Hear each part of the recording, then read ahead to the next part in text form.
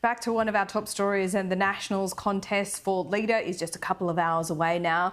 A man who knows a lot about this contest, indeed he's been in one and won himself, is the Nationals MP, Michael McCormack. Michael, thanks so much for your time. Of course, the Nationals had a pretty good showing at the election on balance. Do you think David Littleproud has earned the right to remain there? Yes, I do, Laura, but as David said himself, it's a healthy democracy when you can have a ballot. We always vacate all of those positions every election, and that is the normal process the Nationals go through. Matthew Canavan has put his hand up to contest the leadership. Who knows, there may be others, but at this stage it's just David and Matthew, and I wish them both well. Matthew obviously has been very strident on a number of topics, and good luck to him. But David has led a team where we retained for the sixth election in a row each and every one of our lower house seats, and I think credit to the Nationals, because I think a lot of other parties could learn a thing or three from us in that regard. What could the Liberals learn from you, for example? Well, campaigning on the ground, working in between elections, making sure that you're listening to people, you're taking that fight to Canberra, and you're acting on what people want. There has to be something said for a party which has now won every lower house seat, every House of Representatives seat for 6 elections in a row, under 4 leaders, under Warren Truss, under Barnaby Joyce, under myself, and of course David Littleproud. There has to be something said about what we're doing, how we're doing it, the work ethic, and the people we're also choosing to be candidates. Indeed, Jamie Chaffey, David Batt and Alison Penfold are joining our team. So we've transitioned 3 seats. And it's always a little bit difficult when you are transitioning seats. The incumbent, of course, is not there. You've got a little resources and power with the incumbency, but we've transitioned those 3 seats, and we're going to have 3 new good members joining the team. Do you need to have a new fight over net zero? Because I think the last term, the Nationals, the coalition more broadly, part of the problem is that you're still trying to convince particularly a lot of the younger electorate in the cities that, no, you did believe in climate change and in net zero. If you're going to have a prosecution over this fight, and there's been a number of people come forward from your team this morning that supported Matt Canavan because he wants to get rid of net zero.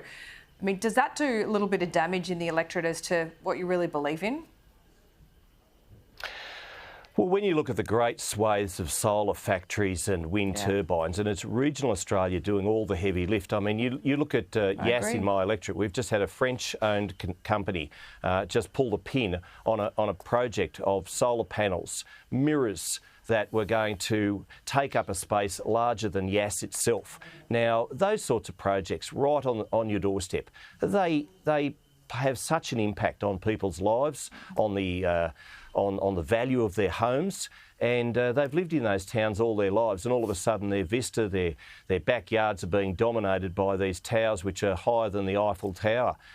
This isn't regional Australia that we should have, and regional Australia is doing all the heavy lift, and then we're getting dictated to by capital cities telling us we need to do more. The rush to renewables needs to be paused. We need to have a good, long, hard look, and I take some gratification from the fact that the New South Wales Premier is extending the life of some of those coal-fired power stations. We need to have a reliable, affordable energy mix. That's why we took nuclear to the election, and we do need to have, I think, the national rational discussion about that.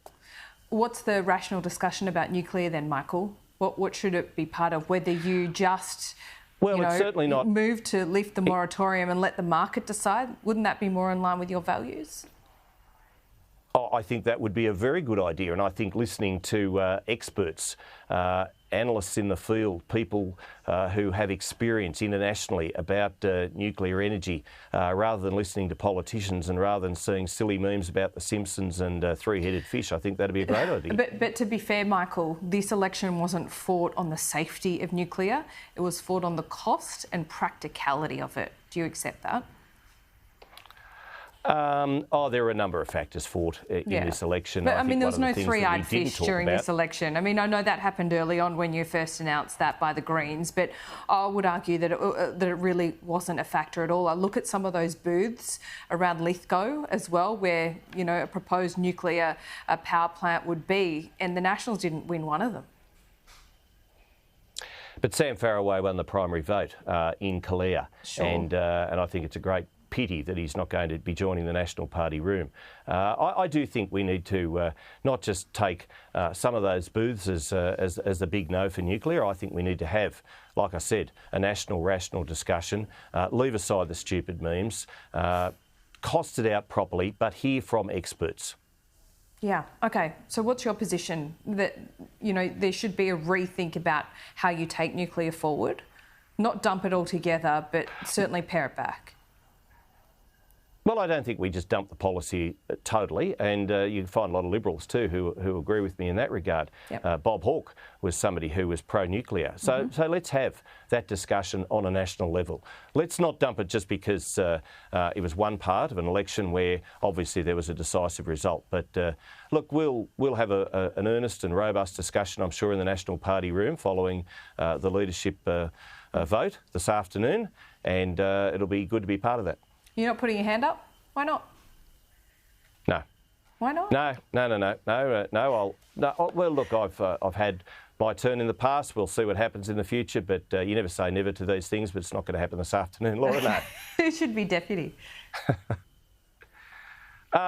Well, there's only one person who's publicly come out and said that he's running, and that's Kevin Hogan, the member for Page. And no doubt there'll be others. There'll be certainly probably others. And I look forward to seeing who's going to put their hand up and listening to what they have to say about why they should be. All right, Michael, it must be nice to be semi on the sidelines. So for this one, we'll talk to you soon. Thanks, Laura.